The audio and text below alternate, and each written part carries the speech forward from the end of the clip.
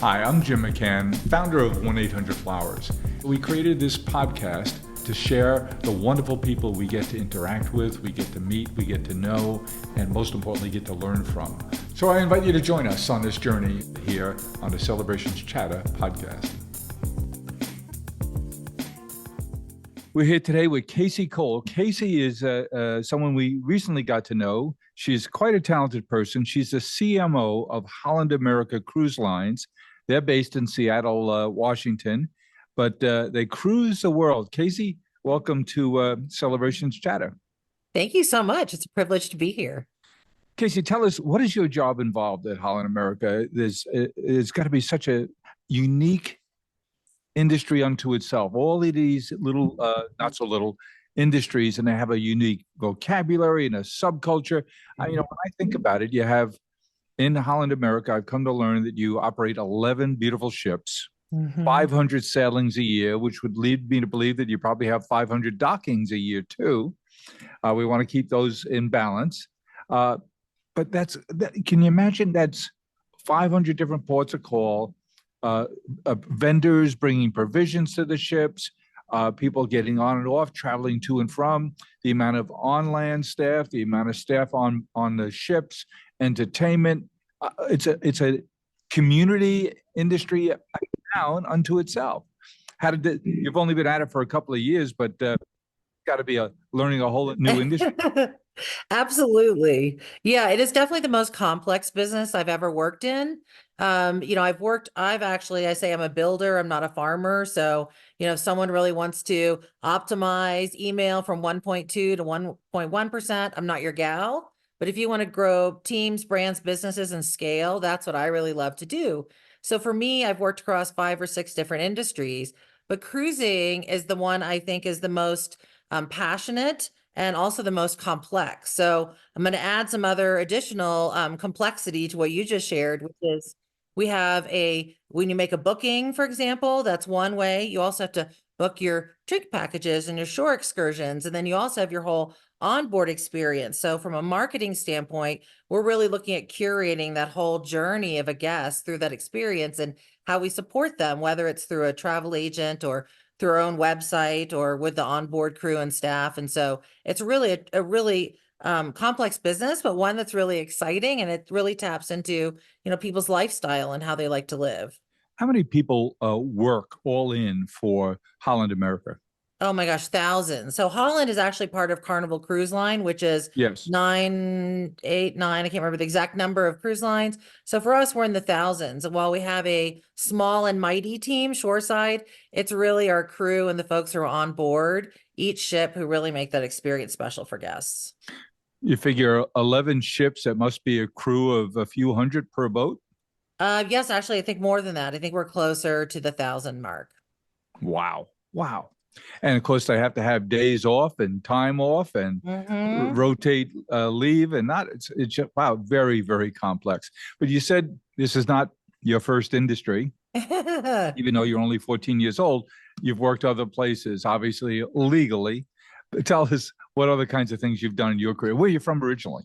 Yeah, I'm originally from Texas, but I've lived in about 20 cities through my family moving or me moving for jobs, including overseas. I graduated from the American University of Paris, which was the best thing I think that ever happened to me from a personal and professional standpoint. I was very much off the turnip truck, and I really got thrown into the deep end of learning language and cultures and really understanding that there's more than, my small world out there. You're a pretty daring young lady. Yes, I do have to say I'm less risk averse than most folks, but I really love that part of my job. I like complexity. I like problem solving. So Did you speak the language before you went to American no, University I in did Paris? not. I did not. And Wow. fortunately, the American University, almost all the classes are in English. You can pick some in different languages, but it really exposed me not only to the French culture, but my friends were from all over the world. So I was able to learn from a lot of my friends are Norwegian, and I had Lebanese friends, and it was so fun. And it really pushed me outside my comfort zone, which I'm a big believer that's where growth comes from. So I've really been leaning into experiences that challenge the way I think and help me think differently, I think, than most people. And really embracing that growth that comes with those experiences. Wow, that's a great adventure. And then, so what other kinds of things have you done career-wise? Yeah, so I actually started in publishing when I was in Paris. I worked for, you may know this, I'm going to date myself, with the International Herald Tribune newspaper that used to be based headquartered out of Paris. And after I did a few years there, I went to work for Hearst Magazines International and really Was leaned David into. Ignatius there when you were there?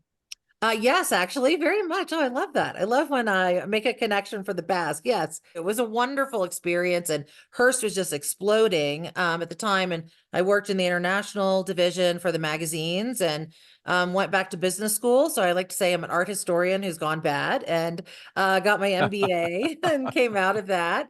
And at the time, this is the .com days, also dating myself, where it was considered a publishing vehicle, right? So you were really doing if you remember booking URLs, and you were spent a lot of time writing one paragraph for Coca-Cola.com, because that's really all it was at the time. And so I really came up the digital side. So I came up as first building websites and really doing business strategy into the digital marketing side, and found myself about 12 years ago in retail, where really I started getting a lot more brand experience. And so I found myself at Tommy Bahama, who had just launched their website and really spent the next 4 years there growing the business with that leadership team and bringing brand and really performance or digital marketing together. Tommy Bahama is a great example of really clever brand creation and imagery, that how the name lends itself to think about a lifestyle. And I think the people who've been involved there, I don't know them, but I think they've just been very, very clever about managing that brand and creating value each step of the way. I agree. And they really, I think I joined at a time where, again, the website was growing, they were expanding restaurant to have that whole lifestyle concept. And I think what they did a great job of was maintaining their core guests, but opening their arms to new segments and growth opportunity. And so pivoting from being vacation wear, where people used to wear a suit every day to work. So the clothing was like, oh, I finally get out of my suit, to a place today where we're much more casual. So how do they make that more relevant? So it was really about the brand proposition really evolved to be inspiring relaxation. And so how do you feel relaxed in your clothes, whether you're at work or at home or on vacation? And I think it was super smart. We have a home on the west coast of Florida. When we see a house being torn down, we refer to it as, well, there goes there's going to be built a new Tommy Bahama mansion. Yes, they did a lot of expansion, and it really grew the brand. I mean, I think they doubled their business over those 5 years, really growth in direct while still maintaining those indirect relationships. And I think it's a And really great they managed example. to enhance the brand with the restaurants, which was, Very much. not a slam dunk for sure. Yeah, it was actually, the restaurants are a great entry point to the brand. Imagine if you're curious about what Tommy Bahama's like, you can actually, go in, have a dish, have lunch, have dinner, and get a feel for who we are. And that made for, they have a lot of restaurants they called islands, where the restaurants and retail stores together. So it's a great brand entry point where that traffic then would flow into the retail, and people could really engage and go deeper into the brand. We have one near us in Naples, Florida, and that's where the store and the restaurant are approximately next door to one another, and it really does work there. Very much so. And it's a great example, again, where you can reach broader audience and bring them into your proposition, what you're really about, without having to jump headfirst into the brand experience. Kacy, what attracted you to Holland America? Yeah, as I mentioned, I'm the builder, and this was clearly, I've done digital transformation now 5 times. So I kind of came through retail the last 10 years where omni-channel was going. And so I was working for a great company out of Texas that's called LTK, which is really the influencer platform, and where that's becoming such a huge impact on consumer brands. And this opportunity came up for me with Holland America Line, and I was very curious for 2 reasons. One is it had that transformation element to it, but it's more than just the digital transformation. This is a 150-year-old brand with I remember when they incredible history. started in the Netherlands. I was a small child at the time, but I remember 150 years ago. Yeah. Well, you don't look it, I have to say. But I it don't look really more than 130. Come on. well, it's really a I mean, I really am so careful about how I think about the brand, but it was really a neat brand. I call it evolution versus revolution. So it does need transformation, but it may not be a hard right in the brand. It's really about how do we bring the brand along where we again keep core guests, but invite more people to join and open our arms to a broader audience and really tweak the way in which we not just go to market, but how we think about the experience. And so that for me as a transformation gal was really exciting to think about how we would really rethink things. And it has been incredible. I would say candidly, the other big piece for me was the leadership on the team is just spectacular, both my peers and who I work for. And, you get to a point in your career where who you work with and who you work for is equally as important as what you're doing. And this was the perfect storm moment for me. With 9 different brands and a carnival portfolio, Mhm. tell us about how you like, and you and your team, the team you work with, like to position Holland America Line toward a particular, what brand imagery do you have? Do you want for that? What kind of a customer does that attract? And how Mm. to evolve it to appeal to other people with different kinds of curation of experiences that you're very much into, which is how we got connected.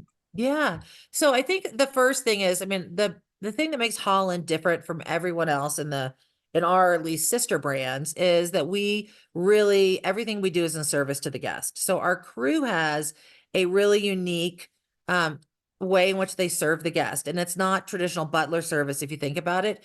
It's very personal and genuine. So they look at how you like your shades in the room. They remember your drink from the night before. It's very personable. And so that has been what our guests keep coming back for. So how do we deliver at that level of authenticity and articulate that to our guests consistently?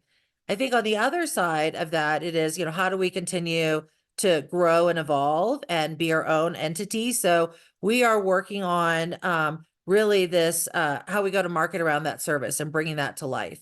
And I think we're really excited to make it very regionalized. So how we go to market, for example, in Europe's going to be very different from how we bring the brand to life in Caribbean or how we bring to life in Alaska, which is really our flagship product. And so I think for us, we are trying to lean more into a lifestyle.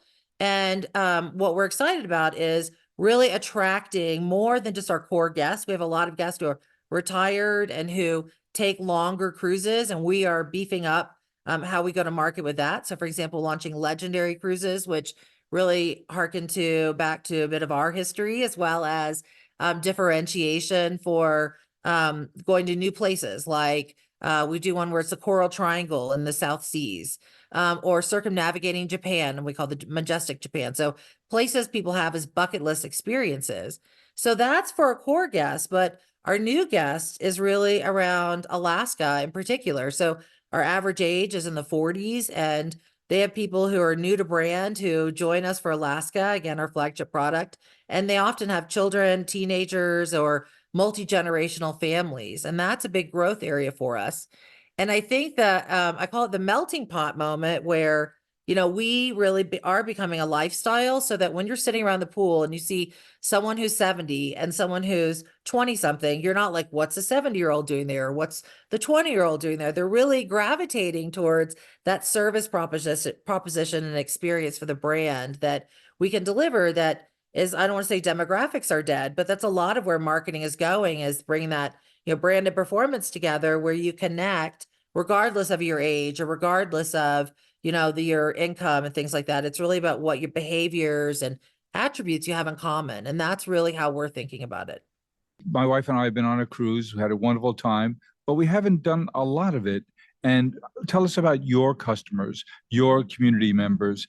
How many of them are first? If we would go on a cruise to Alaska on Holland America Line, how many people will we meet who have done this many times? Once you become a loyal guest, you are actively cruising with us usually once a year or more. So we definitely Oh, have a very engaged guest once that you convert.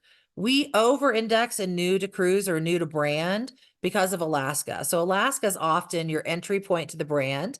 And so people will come on board, experience it if they want to cruise again. So they will typically pick us after that. If they are not necessarily a cruiser, they may want to cross off other bucket list items. So one of the things we've been doing from the marketing front is if you cruise Alaska and you haven't cruised with us, places like Panama Canal, Iceland, Norway, places where you can really reach by cruise and have that experience really resonates to them. The people who connect with that brand will cruise with us again. So I have to ask you right away, what's going on with the Panama Canal? Well, I can't really speak to that, but we're Do you have to continuing bring to your push own bucket of ahead. water? Well said. Well said. Is that caused interference with your cruises there to the Panama Canal? Not yet. No, not for us. I think, when things shift around the world, like I mean, that's what you were talking about earlier. We have an incredible team who really makes magic happen. So when one port closes, we adjust to another. We move the fleets all around the world. So for us, it's really about trying to accommodate the guest and then still meet where we run into some of those geography challenges. So how's the popularity of that Red Sea cruise right now? Yeah, good point. We're definitely more Mediterranean than Red Sea, of course, My but my point would be we're though, here. when there's news in the world, Mhm. as the CMO of Holland America, you're sensitive to every big Very much so. global story because it's going to impact you somewhere. Yeah, it is absolutely. It's a team effort on the commercial side where we look at what guest behaviors are, where that's changing, where that's adapting, and then how we can best meet them. So it's not just servicing them in this moment, which we do with an incredible contact center and our sales folks and our agents that we keep very close to us as part of that community, but it's also where can we give guests if they want to continue a similar experience or something just as great. And it's a tremendous amount of logistics to migrate people from all the different locations and the ships. And that's what makes, honestly, I think the brand so incredible is people will go above and beyond to make sure that we deliver to the very high expectations that our guests have. Kacy, as the CMO, how do you think about uh, that that family that cruises with you once a year? That family that just said, "I'm going to try our first cruise." Our kids are independent enough now that they won't they'll enjoy the cruise. They're old enough they'll enjoy the cruise. Mm-hmm. Alaska cruise. Do you think deliberately about how you create community, how you communicate with them differently, how you try and create a sense of community and a constant interaction with your brand with those discrete different types of cruises? Yeah, absolutely. I think one thing I would say is that what we really try to do is besides getting those new folks on board, we have our brand is kind of unique in that if you think about CPG products, it's often passed down from parent to child, right? Like your mom uses Tide, the child uses Tide. We have a lot of that, which makes our brand super unique. And we get this feedback all the time from travel So agents. how many times have you heard, "Oh, we're the third or fourth generation to cruise on Holland America"? Definitely second and third. Haven't heard fourth yet, but I'm open to that happening for sure. And it actually a lot 150 of years, you my got to have some. absolutely, absolutely. We have a lot of the multi-generational is a huge area of our business where parents teach their kids now bring their kids. And I have several friends whose parents grew up in Holland America who actually cruise now with their children. And I think that's what makes us so unique and exciting. And so we really think about how do we create, again, experiences for those folks and bring them back and back. And so I think we have a lot of that. And the other part for the new people is we are leaning into partnerships and how do we start to also create a sense of community where when you're not on board, when you're on the ship, what are you doing shoreside that we continue to engage you? And I think that's a lot of where the marketing is going to start leaning into is how do we develop, for example, these partnerships where we can create connections and consistently communicate that plugs into their lifestyle as well versus feeling more like marketing. Well, I think that makes so much sense because if they're going to cruise with you once a year, how do you get a sense, Mhm. how do you distill in those people by your behaviors, a sense that you want to have a dialogue with them, not just when they're cruising and not just when they're getting ready, but Mhm. on a year-round basis, that you want to be a part of their lives? Very much so. And I think that's a result of a lot of the deep research we've done on the guest and understanding, through some third party data, but what they do when they're not on board. So we have a really good idea of what they do with us and on board, but what happens when they're shoreside for the year. And so understanding where they shop, what they're buying, where they are in life. Does it include kids? Does it not? So really starting to get a deep and rich understanding of our guest, and those insights has really informed how we want to go to market and keep that conversation going between cruises. If you have a market where you have a high concentration of Holland America people, let's say it's Philadelphia, would you do an event in Philadelphia once in a while that would invite those people to come together and make them feel connected Absolutely. to the family? Mhm. That, and we also think about, we have, like, I'll use Seattle is probably a really great example. We call them home ports, right? So where we spend a lot of, Seattle's obviously like our headquarter for Holland in the US, but it's also a big home port. So we're looking at how do we become a hometown hero just as every other brand in Seattle. So we just sponsored the University of Washington Huskies this year, well, last year and then into this year, which couldn't have been better Good timing for idea. us, by the way. So we really lucked out on that one, but we really think about how do we invest in those communities, and that is part of integrating into what they're doing, right? So University of Washington was a great example. We have like 6 or 7 home ports around the US that we lean into, and then we really look at where that concentration is. So we just formed a partnership last year and a half ago, with the Professional Pickleball Association. And so we're the official cruise line, the Professional Pickleball Association. So say that 3 times fast, by the way. It's like a tongue Well, twister. that makes all the sense in the world, because the sport is hotter than hot, and it started particularly with, I think, older folks my age. You hear it become very, very popular, but now I'm hearing younger and younger. My youngest, who is 40, went to a party on Saturday night. The couples all went, and it was at a pickleball place. And he said, rather than just a party in some restaurant someplace, he said everyone was kidding about it, and then he said, we're all really looking forward to it. We really, I mean, it's a great low impact sport. Any age can play it and play it together. We put pickleball courts on all of our ships now, and All it's a of you big, ships, it's wow. huge. It actually started from the ship where people were asking. I think we had one pickleball court, and that's kind of how the whole, thinking started, and understanding that where guests are leaning from a sports perspective or activity level. So yes, we have gym and those kind of things, but how do we let people engage when they're on board the ship? And this was a huge opportunity. So not only where we'll have, title tournaments and things, will we show up and ask our guests to come, but also just in terms of what we do. And as pickleball sport expands, we're equally invested in that. So that's what makes it really exciting for us, as a way to continue to stay connected if we're synonymous with something that they're doing each day. We put our heart into everything we do. We are farmers, bakers, florists, and makers who grow and create with a passion. Made with love at every step of the way. Because at the end of the day, we know you're sending more than a gift. 1-800-Flowers, share with love. What's so special about cruising to Alaska? And by the way, I have people around me who've done it. I haven't, and they're telling me it was the trip of their life. It is. I wish I could, if I could figure out how to describe Alaska, I would be the Kacy, most you're this successful famous marketer. marketer. This is your job. Well, I think, people say majestic, people say life-changing, people say bucket list, and there's something so special about Alaska. And I hate to use the word, it's the last frontier, but there's a lot of that. And, someone who loves to be outdoors a lot, it's really, it's so special, and it's something exciting to share. And so I think think back to what America, when you think about America, what it used to be, and where, the country, we're moving out west, and, it really is the pioneering days, and that spirit. And the people of Alaska are so incredible and unique. I mean, imagine what they do just for weather wise, but they all come together to support the cruise ships coming in. And there's something really unique about having the opportunity to interact with that, to interact with wildlife when it's truly wild. You're not just in a zoo or in a petting place. I mean, you are in a place where the wildlife is right there. And so I think we really try to craft the most unique experience. We try to give people an authentic Alaska.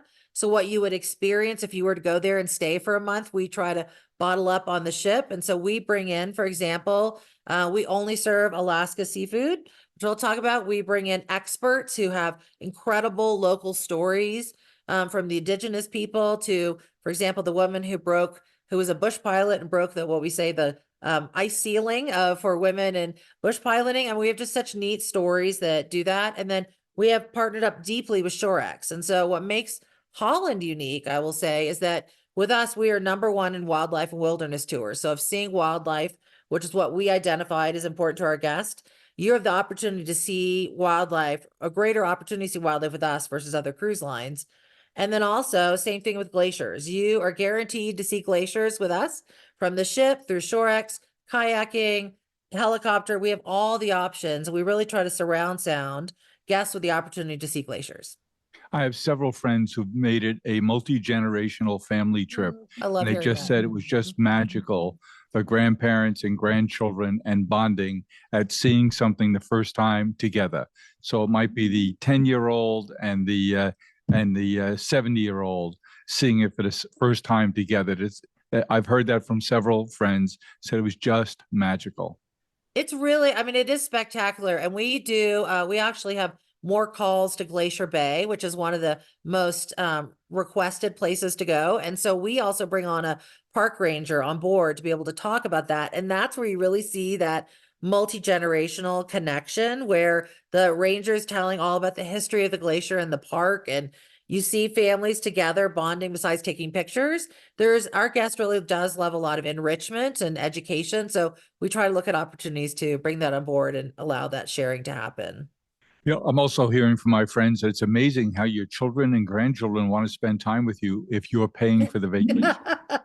That's very true. I would say that is definitely a trend in our database and bookings as well. Very much so. The grandparent does it, but it's actually neat because then that's what I mentioned earlier. We see the parents now doing the same thing with their kids as they come on board. So it's really exciting for us. But I heard from Jessica from our team, who you know, that do you have one excursion where you can both sail and travel on a train?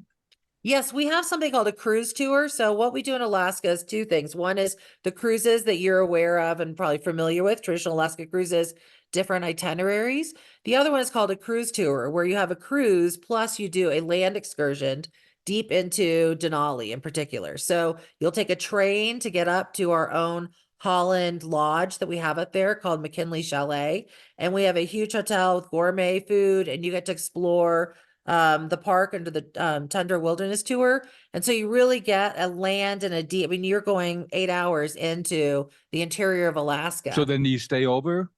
So we have a lodge called McKinley Chalet, and you will stay there and you spend the night from anywhere from 1 to 3 nights, and then come back and you'll either do the land tour first and then pick up a cruise back, or you'll do a cruise up and then do the interior and fly home. Wow, that sounds really exciting. It is. We're one of only two cruise lines that do that. So we really, really push. I mean, we've been honestly sailing to Alaska before it was even a state because of our history. So that's what makes us very invested and embedded in Alaska. And when I think about Carnival and having those so many different brands, how does it benefit you in your job to be part of the Carnival organization? So when you're talking about doing these very creative things in Alaska, it sounds to me that's purely with your Holland America hat on. But then when you might be doing something in another part of the world where you need clearance to get to a port, or you want to know what the best port is, then you lean on your Carnival partners to get that intel. Yeah, the marine operations and all the back end is very shared, so that we are leaning on each other. And that is really what does bring that scale. It also, I think, brings great insights into what consumers are doing or wanting or desiring, and helps us on the marketing side be smarter marketers and do greater differentiation, right? And so I think that's where on the brand side and the commercial side is where we all really differentiate, but operating off a lot of, economies of scale from the back end and the operations. That makes a lot of sense. So back to Alaska, I want to see a moose. Any chance I'll see a moose in Alaska? There is a great chance you'll have a greater chance of seeing one with us, with Holland, than any other cruise line for sure. I'm shocked. I'm shocked that you would say that. Yeah, so we have lots of different shore excursions, we call shore excursions that allow you through each different port to choose. There's, I don't know, 20, 30 options in each port that you go into. And so they're all geared around things that are really important to guests, which I mentioned are wildlife and glaciers. So there's ones where you can go to the Raptor Center. I think it's in Juneau. You can go whale watching, or Juneau's whale watching, and Ketchikan might be the Raptor Center. I'm maybe missing my ports, but the opportunity to also see bear. I mean, it's all out there with the shore excursions, as well as you could kayak to glaciers, you could hike on a glacier, you can helicopter to a glacier. So we really try to bring all of the glaciers and the wildlife forefront as much as possible, because we know that's what's most important to the Holland guest. Now we know that those moose like to eat moose munch. Any chance we can tie this in here? Because at Harry and David, we have a great product called Moose Munch, and it's I'm hugely very popular. aware. Yes, I will say watch this space is what I'll say. Lots of opportunity there, and certainly we've been talking to Jessica quite a bit. So, watch this space for that. And I love that you said earlier on that when you're in Alaska, it sounds to me like people who go there have a sensitivity and appreciation, maybe over-index in terms of their interest and appreciation for all things about nature, the outdoors, wildlife, and how Mother Nature knits them all together so wonderfully there in Alaska.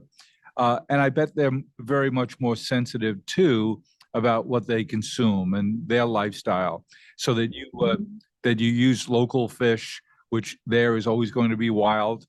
The difference between the health benefits and the taste characteristics of a line caught, naturally caught wild seafood product is just amazing. I've only learned that in the last couple of years that we've owned a brand that's all about fresh seafood and fresh food of all kinds and good and organic food. It's called Vital Choice. And I know we have a partnership with you around Vital Choice because the whole sense of if someone's had this wonderful experience, they've been to Alaska with Holland America, they've seen wildlife that they'll never forget, they've had a mind-changing exposure to nature, and now they come back and they want to eat better. And so we partner with you now at Vital Choice, where they can have a special arrangement with us where they can enjoy that good, healthy, one-of-a-kind seafood experience at home too. Is that something, has that evolved, that you have that sensitivity to really high quality food and really sophisticated preparations of good and natural line caught kind of seafood?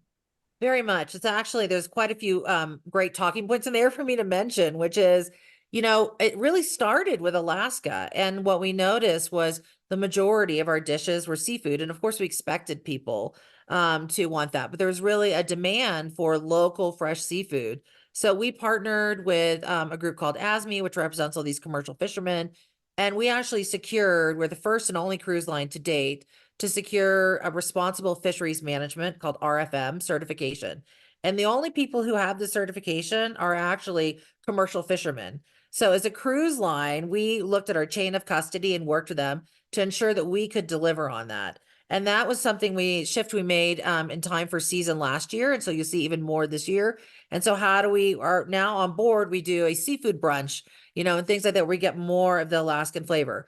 But it's also what we don't serve. So any species that is overfished, we also do not serve. So that's kind of our way of like identifying where we see opportunities. King crab has been really overfished, as you probably are aware. And so we won't serve that on board because we want to respect the region. And so there's a lot of like where we work with that. So it really started in Alaska. And from that demand, as we started doing that research around third-party data and stuff, we also noticed that one of the things that really influences booking is food and beverage. So our guests over-index in food and beverage more than any other cruise line that we're I'm not aware of. surprised. So we want to lean into that. Part of that is making that part of the cruising experience. It's not just table stakes for us. So seeing this big demand in seafood and looking at their lifestyle, our guests are going to seafood restaurants when they're home. They are buying, as part of their grocery, fresh fish. So in order to integrate with the lifestyle, we really need to make that a huge priority for us. And so working closely with the onboard team, we really said, how are we going to launch a fresh fish program? And at the same time, we had a new person join, Michael Stendenbach, who's been actually revisiting the entire supply chain to be more local and fresh. So as part coming out, the culmination of all this is a global fresh fish program where we bring over 80 species of fresh fish from port to plate in 48 hours. So once it's in the port, we're going to get it on your plate within 48 hours, and ports all around the world. So you're going to be eating local, fresh, and wherever possible, sustainable seafood on board with us. And that was like, I'm going to call it the magic of marketing because it's a supply chain moment, but it's really a connection and a deep connection with what the guest wants and how they live when they're not on board, and bringing that on board. So it kind of does the full 360. And that's how we ended up with Vital Choice. You know, everyone would think, or at least I would have thought a long time ago, that fishermen would just want to fish as much as they can, catch as many fish. But our team just came back from visiting our fishermen there in Alaska, up and down the coast. And there's nobody that is more concerned about preserving fish, because it's not only their income this year, but it's multi-generational, and they hope it continues to be multi-generational. So these are the real stewards working with the National Fish and Wildlife Administrations to make sure that fish are not overfished, that they're not farm raised, that there's quotas on everything. And I was just blown away when the team came back and how impassioned they were about the passion that our fishing partners showed and evidence to live every day to make sure that their fish stocks remain strong. We saw evidence of that on the East Coast when lobsters were getting overfished. Everyone decided, hey, here's how we're going to do it. We're going to clip the lobster females.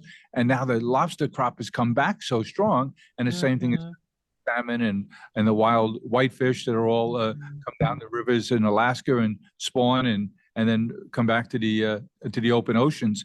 It's wonderful to hear that you can balance those interests and do the best thing for the species and for those of us who want to enjoy them both for sport and for nourishment. So it sounds to me like you guys are right in step with that, and really not only in step, but helping to make it so by being good customers of people who do things the right way.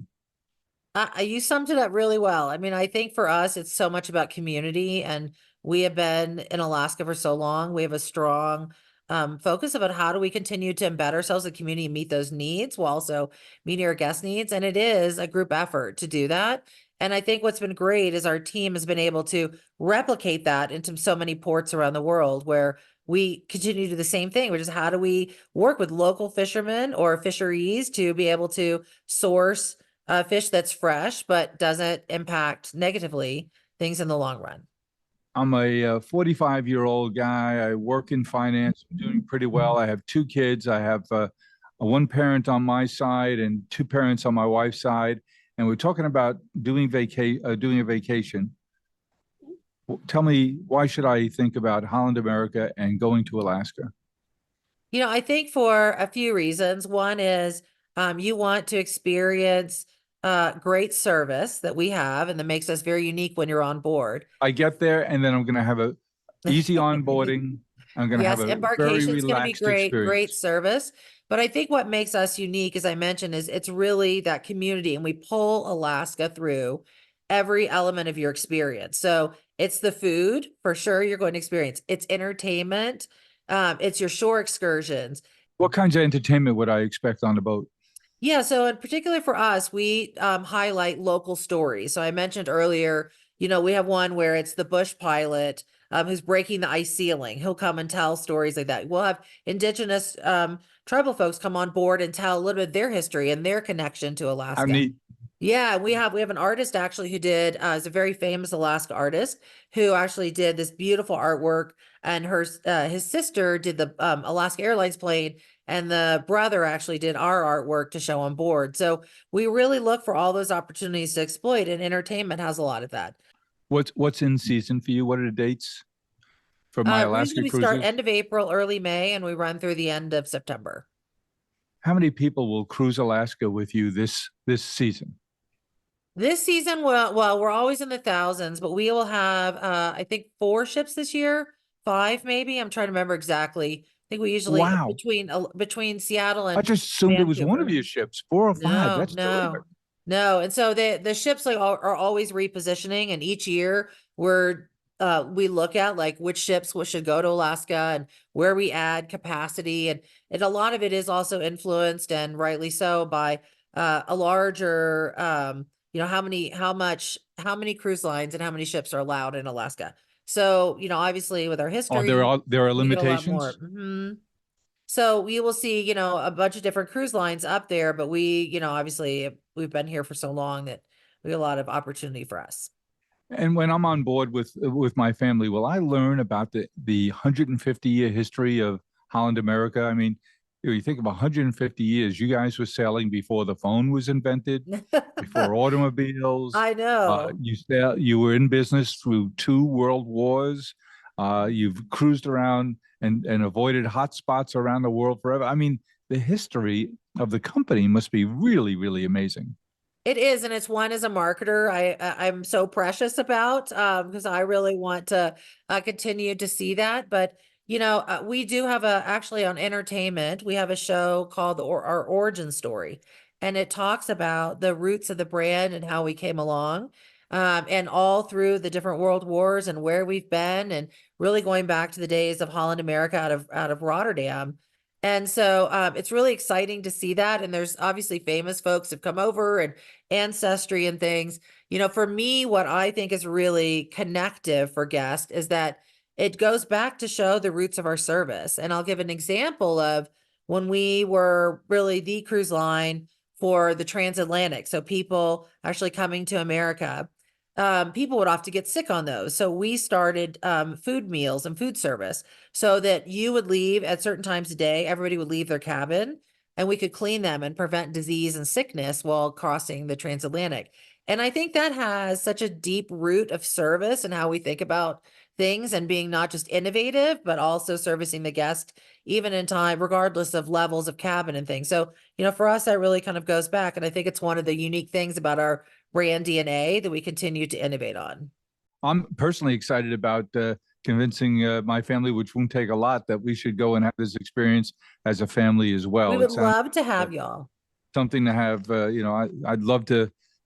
I'd love to get sick of counting the eagles that my grandchildren and I store. That would be a great problem to have. Yes. Wouldn't it be great?